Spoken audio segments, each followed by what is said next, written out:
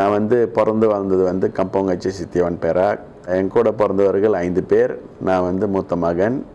3 தங்கைகள், ஒரு தம்பி. அப்பா பேர் வடிவேலு, தாயார் பேர் குப்பம்மா.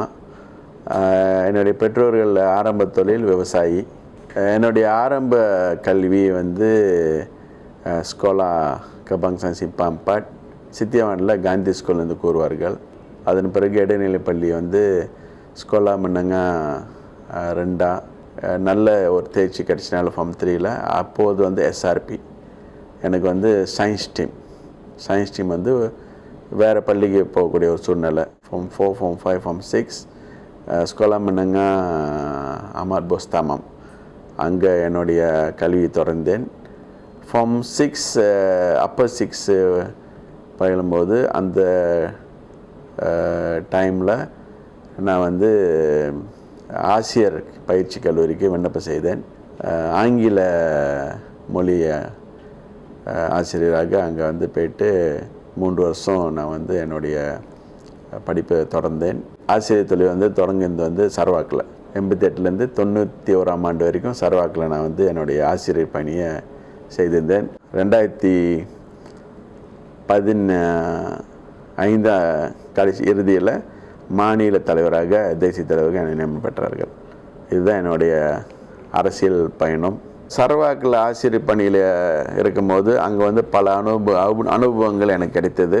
என்ன அனுபவங்கன்னா, அங்கே வந்து நான் பணிபுரிய இடத்துல வந்துட்டு எல்லாமே வந்து ஈபான் சார்ந்த இனத்தவர்கள். நம்ம இந்தியர்கள்னால் அவங்களுக்கு ஒரு பாசம், நல்ல உழைப்பாளிகள். நாங்கள் பார்த்ததில் வந்து ஈபான் வந்து ஒரு நல்ல உழைப்பாளிகள், ரொம்ப வறுமையில் வாழ்கின்ற ஒரு இனம் ஈபான் இனம். ஆசிரியர் இருந்தாலும் பல வகையில் அவங்களுக்கு நான் உதவி செய்வோம். சுகாதார வகையில், பிள்ளைங்களுக்கு வந்து பள்ளியில் முடி வெட்டதெல்லாம் கூட நாங்கள் தான் வெட்டி விடுவோம் பிள்ளைங்களுக்கு. அந்த ஒரு நெருக்கமான ஒரு உறவை ஏற்படுத்திக்கிட்டோம். அந்த அனுபவத்தை வந்துட்டு மீண்டும் இங்கே மலேசியாவுக்கு மாறி வரும்போது இந்த தொழிலுக்கு இங்கே எனக்கு ரொம்ப உதவியாக இருந்துச்சு. 1996ல் நானே வந்து ஒரு விண்ணப்பம் கொடுத்து கல்வி இலாக்காவில் என்னை வந்து தமிழ் பள்ளிக்கு அனுப்புங்க நான் கேட்டுக்கிட்டேன். அந்த அடிப்படையில் நான் வந்து தமிழ் பள்ளியில் 2004ஆம் ஆண்டு வரைக்கும் தமிழ் பள்ளியில் பணி போயிருந்தேன். 2004ஆம் ஆண்டு வியாபார தொழிலில் ஈடுபட்டு அதே வேலையில் அரசியலில் முழு நேர ஈடுபாடு அந்த டைமில் எனக்கு அந்த வாய்ப்பு கிடச்சிது. 2005ஆம் ஆண்டு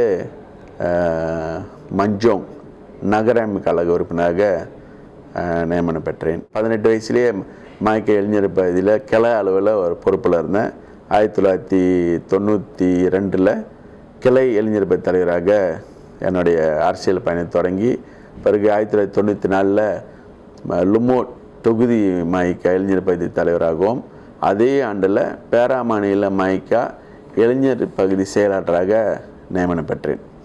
அதன் பிறகு தேசிய அளவில் இளைஞர் பகுதியில் தீவிரமாக காட்டி 1997ல் என்னுடைய தகப்பனார் கிளையிலேயே அவர் ஓய்வு பெற்றார்.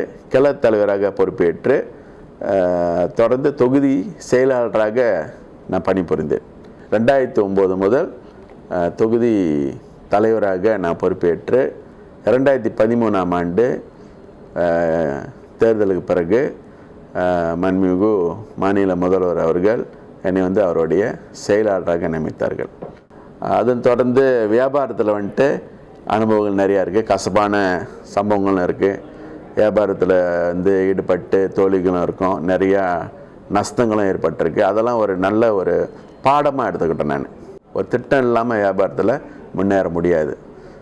அது வந்து ஒரு நல்ல அனுபவம். வியாபாரம்னா நாணயம் ரொம்ப முக்கியம். நம்ம சொன்ன மாதிரி அந்த வேலையை செஞ்சு கொடுக்கணும். நம்மளுடைய கஸ்டமர்ஸ் வாடிக்கையாளர்களை வந்து திருப்திப்படுத்தணும். அது ரொம்ப முக்கியம் ஒவ்வொரு வியாபாரத்தில். அதுதான் நான் வந்து முக்கியமாக கற்றுக்கிட்டது. குறிப்பாக இளைஞர்களுக்கு என்னுடைய ஆலோசனை என்னென்றால், எந்த துறையில் நம்ம ஈடுபட்டாலும் முதல் அடிப்படை வந்து ஒழுக்கம். நல்ல ஒரு ஒழுக்கமான ஒரு மனிதரை உருவாக்குறது வந்து வீட்டில் தான் உருவாக்க முடியும். அந்த கடமை வந்து பெற்றோர்கள், முக்கியமாக தாய்மார்கள், அவங்களுக்கு அந்த கடமைகள், நல்ல ஒரு மனிதனை வந்து உருவாக்குறது அவங்க கடமைகள். இப்போ மலேசியாவில் இளைஞர்கள் வந்துட்டு நிறைய பேர் சொல்கிறாங்க வாய்ப்பு இல்லைன்னு. ஏன்னா மலேசியாவில் வந்து ஒரு சொர்க்க பூமி. இந்த பூமியில், இந்த நாட்டில் நம்ம இந்தியர்கள் நல்லா வாழ முடியலன்னா உலகத்தில் எங்கேயும் போய் வாழ முடியாது. அதுதான் என்னுடைய கருத்து. ஏன்னா அவ்வளோ வாய்ப்புகள் இருக்குது. நீங்கள் உழைக்க வேறு விஷயம் தயார்னு சொன்னால் கண்டிப்பாக நீங்கள் ஒரு நல்ல நிலைக்கு வர முடியும். நான் இந்த மாநில முதல்வரின் ஆலோசகர் பதவிக்கு நியமனங்க முன்பு என்னை வந்து முதல்வர் அவர்கள் அவருடைய ஒரு அறவாரி இதில் என்னைய மேலாளராக நியமனம் பண்ணார். அந்த அறவாரியம் பேர் வந்து ஏஎஸ்எம்பினோ ஒப்பாயா, திறன் மேம்பாட்டு அறவாரியம் தமிழில். அந்த அறவாரியம் வந்து ஒரு வித்தியாசமான அறவாரியம். வறுமையில் வாழும் குடும்பத்தை நம்ம வந்து அடையாளம் கண்டு அவங்கள வந்து குடும்ப வருமானத்தை பெருக்கிறது, தொழில் முனைவர்களை வந்து நம்ம உருவாக்குறது, அவங்களுக்கு என்ன திறமை இருக்குது அவங்கள வந்து கண்டறிந்து அவங்களுக்கு வந்து வட்டி இல்லாத கடன் கொடுக்குறோம் 20,000 வெள்ளி வரைக்கும். அதே வேளையில் இந்த அறவாரி மூலியமாக வறுமையில் வாழும் குடும்பத்துங்களை வந்து அவங்க வீட்டு பிரச்சனைகள், வீடு ரிப்பேர் பண்ணி கொடுக்கறது, ரொம்ப வறுமையில் உள்ளவங்க வீடு கட்டி கொடுக்கறது, இளைஞர்களுக்கு வந்து வியாபாரம் செய்யறதுக்கு கடன் கொடுக்கறதுக்கு பிரத்யேகமான கடன், அதுக்கு வந்து வட்டி இல்லாத கடன் தான் கொடுக்குறோம். இது வந்து நிறைய வாய்ப்புகள் இருக்குது. ஏன்னா நம்ம இந்தியர்கள் வந்து சரியான முறையில் இந்த வாய்ப்பை பயன்படுத்திக்கணும். இது ஒரு அம்சம் தான் நான் சொல்கிறேன். இன்னும் பல வகையில் இருக்குது. தொக்கோன்னு இருக்குது, சீட்டு இருக்குது, நிறையா இருக்குது. ஏன்னா எல்லாமே வந்து நம்ம வந்து முறையாக பயன்படுத்துகிறோமா நல்லா முன்னேறலாம் வாழ்க்கையில். இதுதான் என்னுடைய இளைஞருக்கு சொல்ல வேண்டிய ஆலோசனைகள். நாளை நமது ஷேரில் சப்ஸ்கிரைப் பண்ணுங்கள், ஷேர் பண்ணுங்கள், லைக் பண்ணுங்கள்.